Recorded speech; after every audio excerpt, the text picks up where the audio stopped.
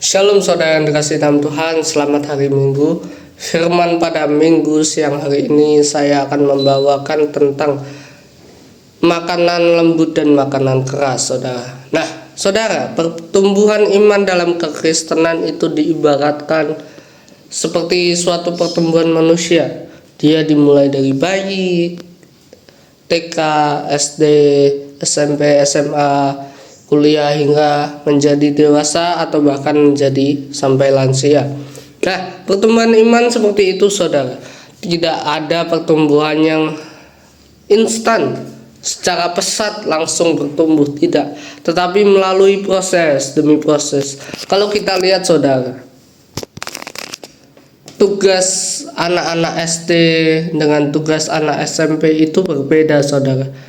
Demikian pula tugas anak SMP dengan anak kuliah tentunya berbeda. Nah, saudara, ini artinya sama dengan kehidupan iman kita. Iman kita yang awalnya lahir baru, saudara, itu masih merupakan iman yang kecil, seperti iman yang TK atau SD. Nah, baru iman kita akan diuji, akan dibentuk. Itu ketika kita menghadapi suatu masalah, saudara. Nah, ketika kita sudah bisa melewati masalah-masalah yang kita hadapi, iman kita akan semakin bertumbuh, dan akan semakin dewasa. Nah, ada salah satu ayat firman Tuhan yang berkata,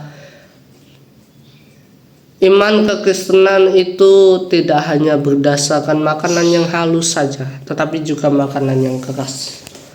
Iman dalam kekristenan tidak stuck pada iman bayi. Artinya tidak stuck pada waktu lahir baru, pada waktu dibaptis. Itu makanannya firman yang lembut, yang menguatkan, yang menghibur dan lain sebagainya. Tetapi ketika kita ingin iman kita bertumbuh, ingin iman kita semakin dewasa, kita juga harus menghadapi berbagai perkara-perkara yang bagi kita sulit, bagi daging kita itu sulit. Tetapi itulah yang membentuk iman kita.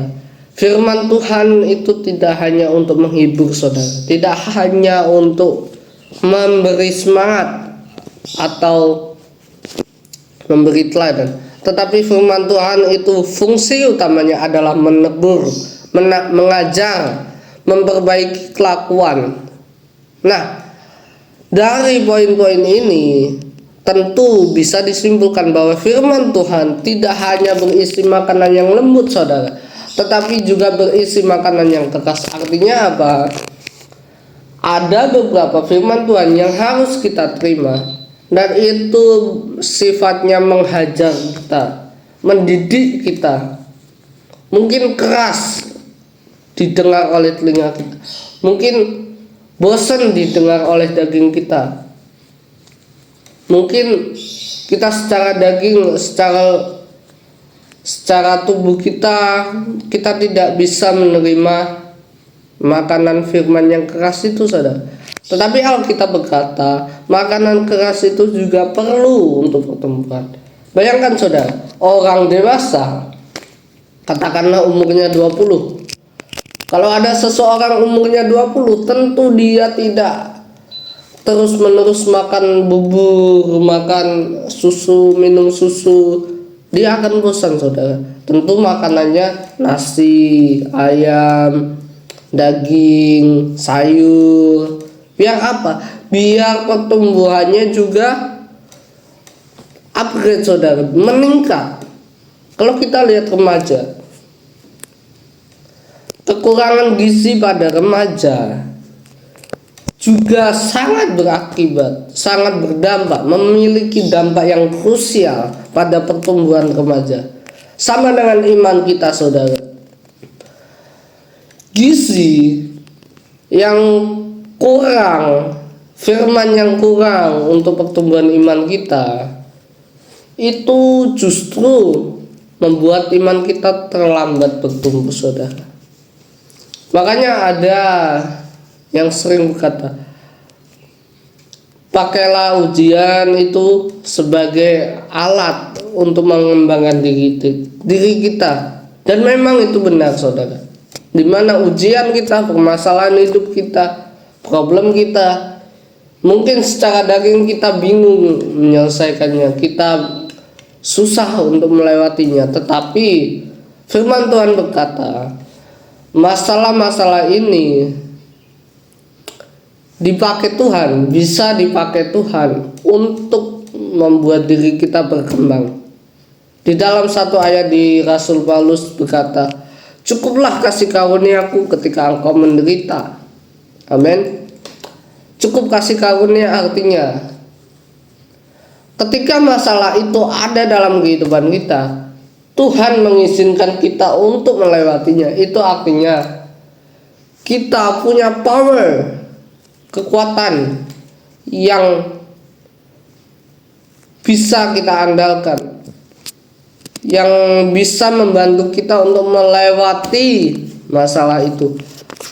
Kekuatan dalam bahasa Yunani artinya dinamis, pergerakan yang secara terus menerus. Artinya ketika kita menghadapi masalah, ketika kita punya kuasa, kita bertahan sampai pada kesudahannya, maka itu akan dilakukan terus menerus. Semakin hari iman kita akan semakin tumbuh. Dan ingat saudara, ketika iman kita semakin bertumbuh, masalah pun akan semakin besar, saudara. Nah, tentu yang di sudut pandangkan di sini adalah bagaimana cara kita merespon masalah. Apakah kita akan berkata, Tuhan singkirkan masalah itu, atau kita akan berkata, Tuhan jadilah kehendak. Kita meniru contoh Yesus, saudara. Ketika dia berdoa di Getsemani, dia berkata, Bapa, kalau bisa cawan ini berlalu daripadaku. Amin. Tetapi bukan kehendakku lah, tetapi kehendakmu lah yang terjadi. Yesus yang adalah Tuhan, dia memberi teladan merendahkan diri dan teladan untuk berdoa kepada Tuhan. Dia memberi teladan agar manusia ketika berdoa itu tidak semata-mata ingin masalahnya selesai, tetapi bagaimana manusia bisa memandang, bagaimana orang percaya bisa memandang suatu masalah itu sebagai alat Tuhan untuk membentuk dari setiap kita. Amin. Tuhan Yesus kemudian berkata kepada 3 para rasul yang sedang tertidur, dapatkah engkau berjaga-jaga 1 jam saja? Ini artinya bahwa ketika kita dalam masalah, overthinking, kecemasan, kekhawatiran, ketakutan,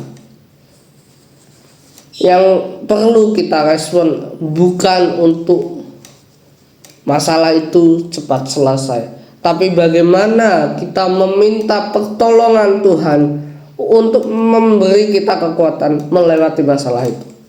Filipi 4 ayat 13, segala perkara dapat kutanggung di dalam Yesus yang memberi kekuatan kepadaku. Amin. Ada 2 poin yang berbeda, saudara. Yang pertama, kita cenderung menginginkan agar masalah kita cepat selesai, cepat berlalu, dan kita mau nyamannya saja. Atau yang kedua, walaupun ada masalah seberat apapun, sebanyak apapun, kita mengandalkan Tuhan, kita berdoa kepada Tuhan bukan untuk masalahnya cepat selesai, tetapi untuk memberi kita kekuatan, memberi kita hikmat, memberi kita ketahanan, daya tahan untuk bertahan, dan memberi kita kerendahan hatian untuk menyerahkan masalah ini, masalah-masalah kita, perkara kita ke hadapan Tuhan. Kalau yang pertama, kita menginginkan masalah kita cepat selesai, itu justru kita mengandalkan kekuatan diri kita. Kita mengandalkan bagaimana Oh iya, ada masalah ya. Oh, harus selesai. Harus segera selesai nih, kalau enggak keteteran, kalau enggak berantakan semuanya. Kita cenderung berpikiran seperti itu, saudara. Tetapi poin yang kedua, kalau ada masalah, respon kita, Tuhan, beri aku kekuatan. Biarpun masalah ini ada dalam hidupku, tetapi beri aku kekuatan untuk melewati masalah itu. Seperti ada lagu, walaupun gunung itu tak berpindah, tetap percaya Kau yang punya kuasa. Itu saudara, walaupun masalah ini belum selesai, belum berpindah, belum ada jawaban daripada doa-doa kita, belum ada jalan keluar, belum ada pelawatan, belum ada kesembuhan, belum ada kuasa Tuhan dinyatakan atas kehidupan kita. Apakah kita tetap setia? Apakah kita tetap akan berdoa kepada Tuhan? Apakah kita akan tetap melakukan firman Tuhan? Apakah kita justru jengkel sama Tuhan, marah sama Tuhan, iri sama Tuhan? Oh Tuhan, kenapa ada masalah ini? Oh kenapa doaku tidak terjawab?